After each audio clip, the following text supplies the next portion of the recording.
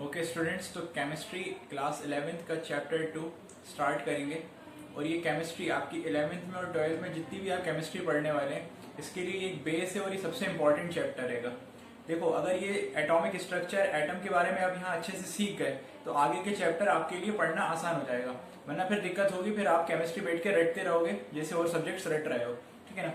अब एटम के बारे में हम क्यों पढ़ रहे हैं, तो अगर हम कोई भी रिएक्शन को अगर समझना है कि यार ये कंपाउंड इसके साथ रिएक्ट कर रहा है, कोई कंपाउंड किसी के साथ रिएक्ट नहीं कर रहा है, कोई कंपाउंड बहुत तेज रिएक्ट कर रहा है, तो अगर आपको उस कंपाउंड की स्टडी करनी है, यार ये रिएक्शन कर क्यों रहा है, ये रिएक्शन इतना धीरे क्यों हो रहा है, ये तेज क्यों हो रहा है, ये कलर चेंज क्यों हो रहेगा, ठीक है ना। तो अगर ये सब समझना है तो वो कंपाउंड जिस चीज से बना है यानी कि एटम, उसके बारे में अगर आपने समझ लिया तो आपको समझ में आ जाएगा कि भाई ये कंपाउंड रिएक्शन क्यों कर रहा है। तो आपको जितनी भी रिएक्शंस अगर आपको समझनी है कि केमिस्ट्री में यार ये रिएक्शन क्यों हो रही है, ये रिएक्शन क्यों हो रही है, तो उस सबको समझना है तो आपको उन सब की जो मेन स्मॉलेस्ट जो यूनिट है यानी कि एटम, उसको आपने अगर समझ लिया तो आपको सब क्लियर हो जाएगा। अब बात करते हैं एटम के बारे में होता क्या है। देखो, इस चैप्टर में एटॉमिक स्ट्रक्चर में आपको पढ़ना ये है कि स्टार्टिंग से लेके अभी तक एटम के अंदर क्या क्या प्रोग्रेस हुई। स्टार्ट में क्या हुआ कि लोगों ने पहले बात करना शुरू करी यार कि जो मैटर है, मैटर समझ रहे हो ना, अभी तक पढ़ चुके हैं अपन। मैटर क्या होता है कि anything which has mass and occupy some space,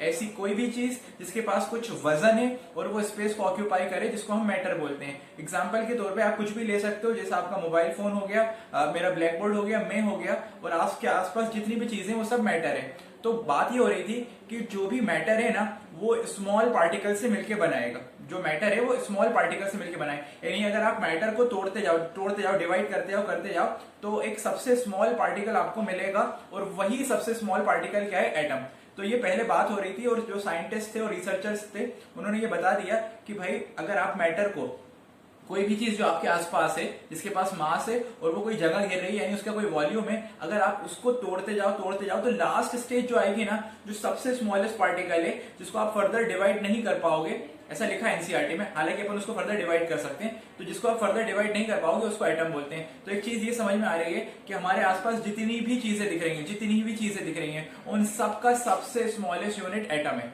जितनी भी चीजें दिख रही हैं उन सबका सबसे स्मॉलेस्ट यूनिट क्या है, एटम। जैसे हम पढ़ते हैं ना बायोलॉजी के अंदर सेल, तो सेल के बारे में क्या पढ़ते हैं कि कोई भी लिविंग थिंग है तो उसका सबसे स्मॉलेस्ट यूनिट क्या होता है, सेल। इसी तरह दुनिया में कोई भी चीज हो, भले वो लिविंग हो नॉन लिविंग हो, उसका सबसे स्मॉलेस्ट यूनिट, सबसे छोटी चीज क्या है, एटम। अब यहाँ पे जरा देख लेते हैं कि एटम क्या होता है, ठीक है ना। तो एटम के बारे में अभी यहाँ शॉर्ट में देखेंगे और फिर आगे डिटेल में पढ़ना शुरू करेंगे।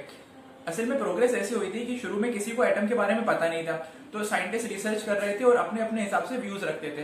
तो सबसे पहले आए जॉन डाल्टन साहब और उन्होंने अपने आके एक थ्योरी दे दी। उसके बाद थॉमसन साहब आए, उसके बाद रदरफोर्ड आए, उसके बाद बोर आए। तो सब लोग धीरे धीरे साइंटिस्ट आते गए और अपनी अपनी थ्योरीज देते गए और बताते गए कि यार एटम ऐसा है, फिर उस दूसरे ने बोले यार एटम ऐसा है, फिर एटम ऐसा है, एटम ऐसा है। लेकिन शुरुआत में एटम के बारे में किसी को नहीं पता था।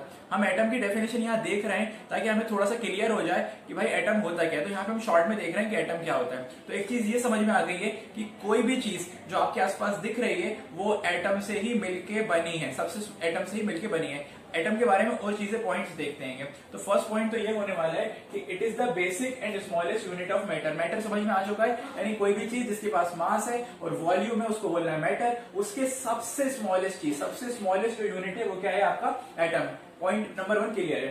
पॉइंट नंबर 2 क्या लिखा है कि combination of atom form an element. अगर एटम, सिमिलर एटम्स मिलेंगे तो वो एलिमेंट बनाएंगे, सिमिलर एटम्स मिलेंगे तो वो एलिमेंट बनाएंगे। देखो, जैसे क्या मान लो कि हमारे पास एक सोडियम का एटम है। किसका एटम है, सोडियम का। तो यहाँ पे मैंने सोडियम का एटम, एक और सोडियम का एटम, एक और सोडियम का एटम, ऐसे बहुत सारे सोडियम के एटम इकट्ठा करके रख दिए। अब उनको एक प्लेट बन गई, मान लो सोडियम के एटम की प्लेट बन गई। तो वो जो सोडियम के एटम्स आपने इकट्ठा करे हैं ना, अब वो सोडियम के एटम्स नहीं कहलाएंगे, सोडियम एलिमेंट हो जाएगा। समझ में आ रहा है। अगर एक एटम था सोडियम का तो सोडियम एटम, लेकिन हमने क्या करा, बहुत सारे सोडियम एटम ऐसे जोड़ के इकट्ठा रख दिए। तो अब ये जो चीज आप ऊपर से देखोगे तो ये क्या है, सोडियम का एलिमेंट। इसका उल्टा करते हैं। देखो, मान लो आपको एक सोडियम का एलिमेंट दिया है। कौन का एलिमेंट दिया है, सोडियम का एलिमेंट। अब आप उसके अंदर जब झांक के देखोगे तो आपको क्या दिखेंगे, बहुत सारे एटम्स दिखेंगे, और वो सारे एटम्स किसके होंगे, सोडियम के। क्लियर है। तो एटम्स, अगर सिमिलर एटम्स मिलेंगे, सिमिलर एटम, एक जैसे एटम्स मिलते हैं तो क्या फॉर्म होता है, एलिमेंट फॉर्म होता है। जैसे मान लो आपके पास एक आयरन का एटम है, तो आपने और आयरन का एटम, फिर एक और आयरन का एटम, फिर एक और आयरन का एटम, ऐसे बहुत सारे आयरन के एटम्स को जमा करा। तो अब वो जो चीज बन जाएगी, वो जो स्ट्रक्चर बन जाएगा वो होगा आयरन एलिमेंट। ठीक है ना। इसका उल्टा करके देखो, हमारे पास मान लो एक आयरन एलिमेंट लाके दिया, आयरन का एलिमेंट लाके दिया, आयरन एलिमेंट लाके दिया, हम उसके अंदर झांक के देखेंगे तो हमें बहुत सारे स्मॉल स्मॉल पार्टिकल्स दिखेंगे, और वो स्मॉल पार्टिकल्स क्या है, एटम, और वो किसके एटम होंगे, आयरन के, क्योंकि हम किसको देख रहे हैं, आयरन को। समझ में आ गया। तो अगर सिमिलर एटम्स को जोड़ेंगे, याद रखना सिमिलर एटम मतलब एक ही जैसे एटम्स को अगर जोड़ेंगे तो क्या फॉर्म होता है, एलिमेंट्स। तो कॉम्बिनेशन ऑफ, यहां पे लिख लेना similar atoms, combination of similar atoms forms an element. तो पहली चीज एटम सबसे स्मॉलेस्ट यूनिट है मैटर का, ठीक है, क्लियर हो गया है।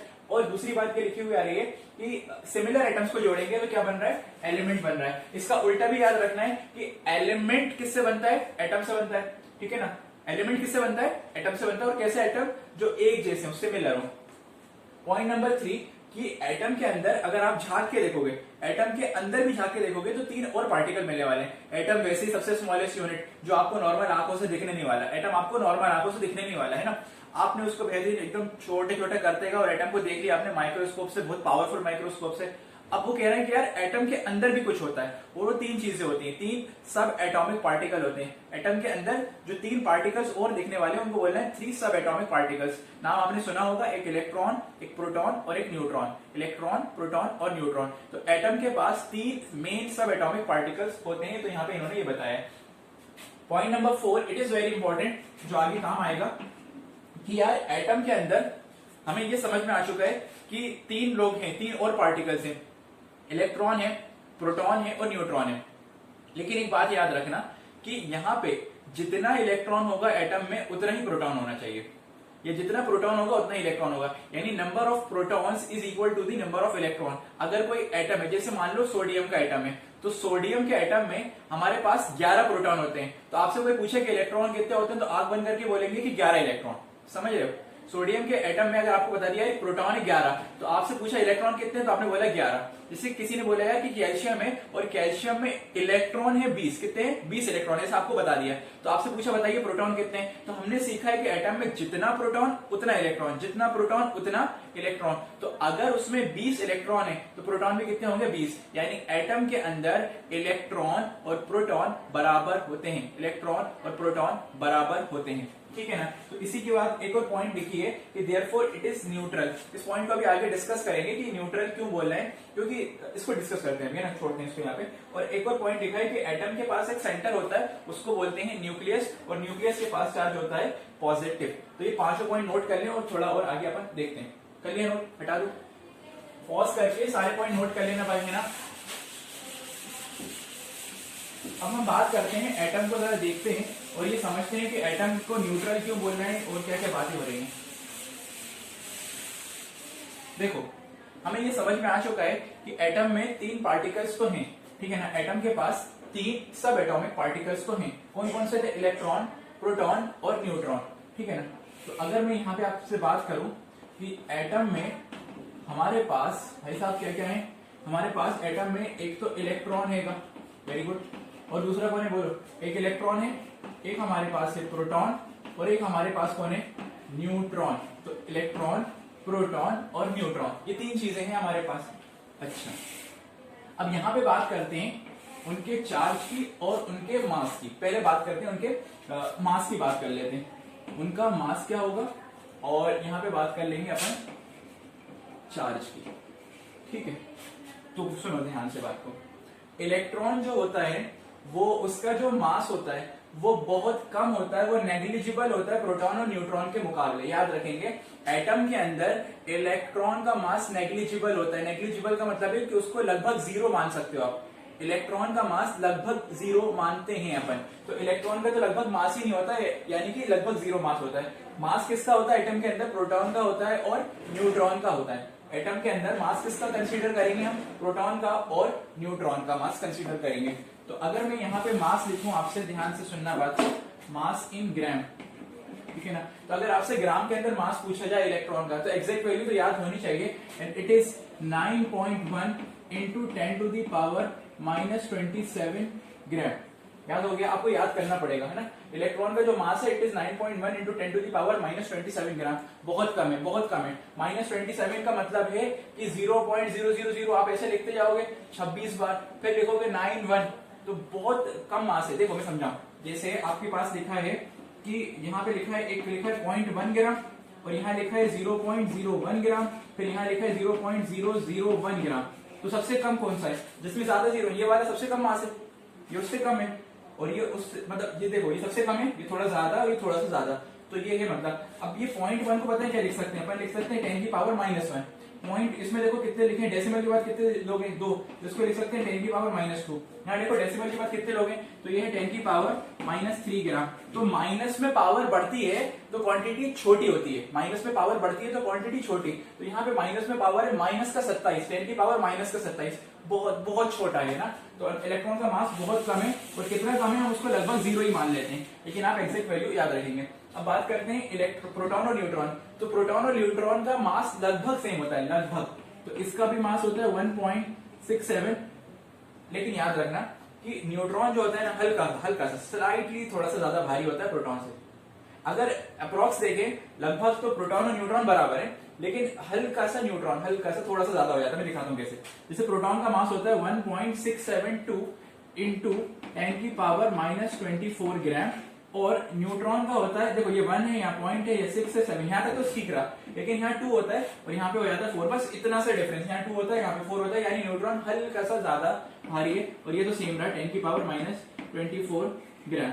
तो ये है मास। अब आप ध्यान से देखो, यहाँ पे प्रोटॉन की पावर है -24 और यहाँ -24 और यहाँ पे -27। तो माइनस में पावर जितनी ज्यादा उतना वैल्यू छोटी। तो देखो यहाँ पे माइनस में पावर -27 है, तो इलेक्ट्रॉन का मास छोटा होगा ना प्रोटॉन से। ऐसा मत बोलना क्या इसको तो 24 पावर लगी, इसमें 27 पावर लगी कि भाई तो 27 पावर है तो इलेक्ट्रॉन का मास ज्यादा। नहीं, माइनस में जो वैल्यू ज्यादा, माइनस की ज्यादा वैल्यू कम होती है ना, तो माइनस की ज्यादा वैल्यू यानी कम है, ये तो बहुत कम है, तो ये ज्यादा है, ठीक है ना। तो प्रोटॉन का मास और न्यूट्रॉन का मास इलेक्ट्रॉन से काफी ज्यादा होता है, लेकिन प्रोटॉन और न्यूट्रॉन का मास लगभग बराबर होता है। तो ये अपन ने मास किसमें लिखे? ग्राम के अंदर लिखे।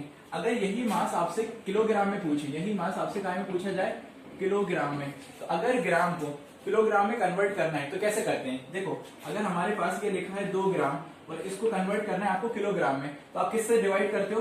1000 से डिवाइड करते हो। किससे करोगे डिवाइड? 1000 से डिवाइड करोगे तो आंसर किस में आ जाएगा? केजी में। अगर ग्राम में दिया है, किलोग्राम में करना है तो क्या करोगे? 1000 से डिवाइड करोगे। अब देखो ये 1000 से जब डिवाइड किया, बहुत ध्यान सुनना, तो ये तो 2 रहा। यहाँ पे देखो इसको 1000 को क्या ऐसे लिख सकते हैं? 10 की पावर 3, एक के साथ कितने जीरो लिखे? 3 ना, तो इसको लिख सकते हैं 1 2 3 10 की पावर 3। और इसको ऐसा भी लिख सकते हैं, देखो ध्यान से, कि 10 की पावर 3 ऊपर आएगी तो यानी 2 इंटू 10 की पावर -3 किलोग्राम।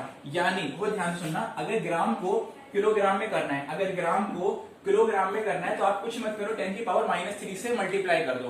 अगर ग्राम्स को किलोग्राम में करना है तो किससे मल्टीप्लाई करो? 10 की पावर -3 से, यानी कि 1000 से डिवाइड कर दो, ठीक है ना। अब आप ध्यान से सुनो, जैसे ये ग्राम में है, आपको किलोग्राम में क्या करना है? किलोग्राम में क्या करना है? कन्वर्ट करना है। तो देखो यहाँ पे ये 9.1 तो रहेगा, यहाँ पे इंटू, यहाँ पे जब अपन किलोग्राम में कन्वर्ट करेंगे, मैं साइड में आपको करके दिखा देता हूँ एक, ताकि समझ में आ जाए। बहुत से लोगों को कन्वर्जन आता नहीं है। देखो यहाँ पे ये कुछ ऐसा हो रहा है, ये 9.1 है इंटू 10 की पावर -27 ग्राम है। हम इसको काय में कन्वर्ट करना है? किलोग्राम में। तो अगर किलोग्राम में कन्वर्ट करना है तो इसके पावर की मल्टीप्लाई किससे करेंगे? 10 की पावर -3 से। इसी से तो करेंगे, हाँ या ना? -3 से करेंगे ना, तो ये कितना हो जाएगा? वैसे यहाँ पे शायद यहाँ पे 28 होगा, यहाँ 28 होगा, हाँ देखो। तो यहाँ पे जब -3 से मल्टीप्लाई करेंगे तो देखो क्या होगा, ये 9.1 तो 9.1 रहा, इंटू 10 की पावर यहाँ पे 28 है और यहाँ पे 3 है, 28 और 3 क्या हो गई? ऐड हो जाएगी। तो 28 और 3 कितना हो जाएगा? 31। आया समझ में?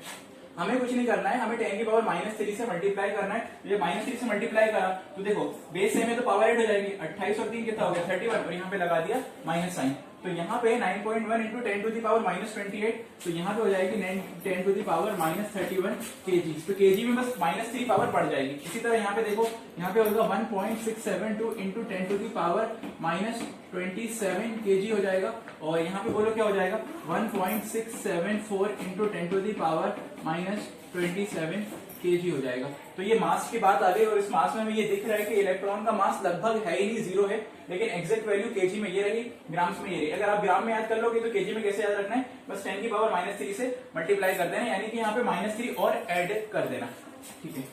आगे बात करते हैं अगर चार्ज की। यहाँ पे अगर चार्ज की बात करी जाए, चार्ज की बात, इसको नोट करना जरा। देखो अगर चार्ज की बात करी जाए तो एक बात ये है कि इलेक्ट्रॉन पे नेगेटिव चार्ज है, प्रोटॉन पे पॉजिटिव है और न्यूट्रॉन पे जीरो है।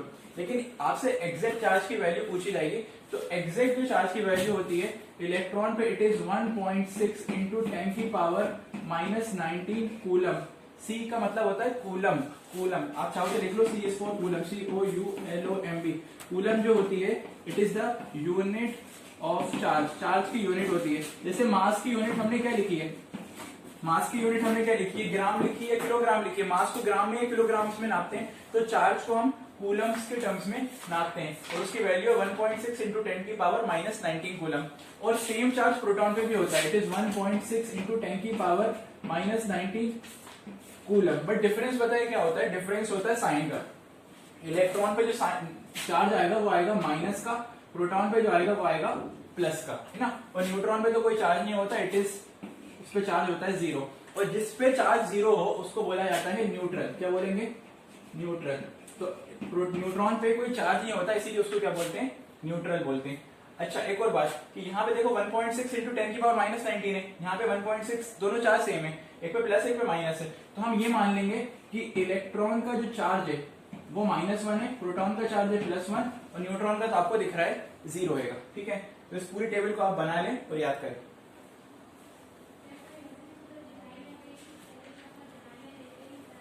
अब आप ध्यान से बात को सुनना, मैंने एक पॉइंट यहाँ पे बोला था आपसे, और वो पॉइंट ये था कि जो एटम होता है वो न्यूट्रल होता है। सुनना ध्यान से, ये काम आएगा अभी आगे। एटम जो होता है वो न्यूट्रल होता है। इसका मतलब क्या है देखेंगे ध्यान से। देखो हमारे पास जो एटम है, एटम के अंदर एक सेंटर होता है और उस सेंटर को बोलते हैं न्यूक्लियस, और उसके आसपास हमें मिलते हैं इलेक्ट्रॉन।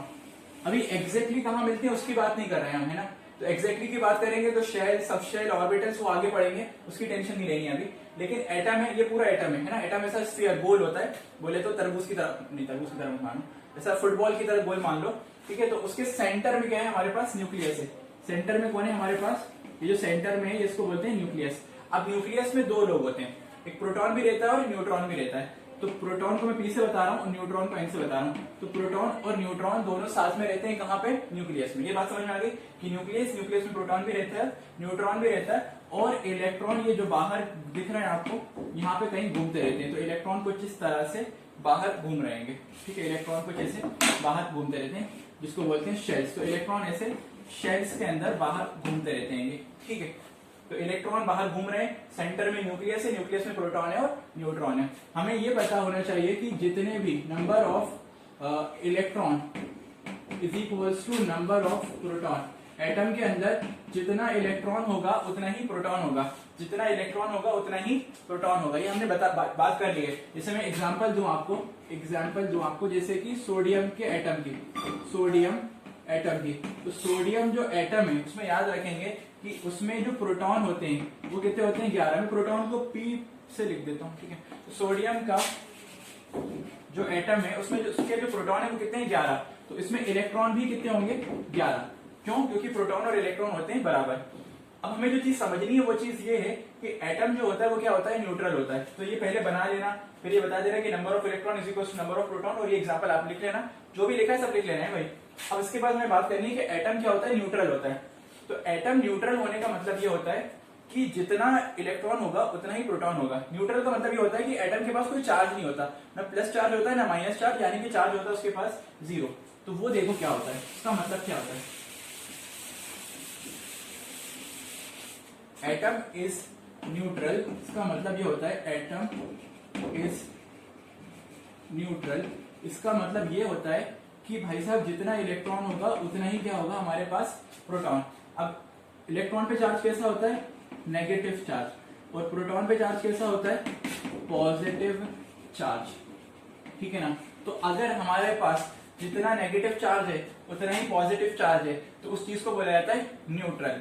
जैसे हमारे पास अगर जो सोडियम का एटम था, किसका एटम, सोडियम का जो एटम था उसमें प्रोटॉन कितने थे हमारे पास, उसमें प्रोटॉन थे 11 और उसमें इलेक्ट्रॉन थे वो भी 11। तो अगर आपसे पूछे कि इसका ओवरऑल चार्ज बताओ तो हम ओवरऑल चार्ज कैसे निकालेंगे, ओवरऑल चार्ज चार्ज कैसे निकालेंगे इस पूरे एटम का? देखो प्रोटॉन पे चार्ज है 11, एक प्रोटॉन पे चार्ज कितना होता है +1, एक इलेक्ट्रॉन पे चार्ज -1, ठीक है ना।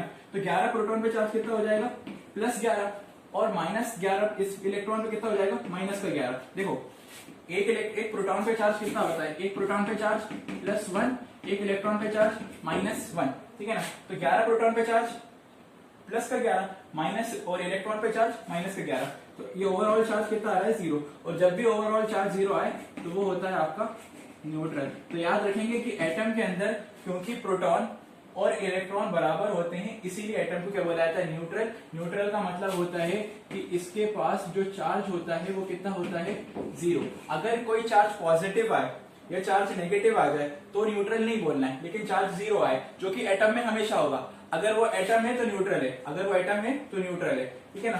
तो एटम हमेशा न्यूट्रल रहता है और उसके ऊपर चार्ज कितना होता है 0। ये सारी पॉइंट्स नोट कर लेना। ओके।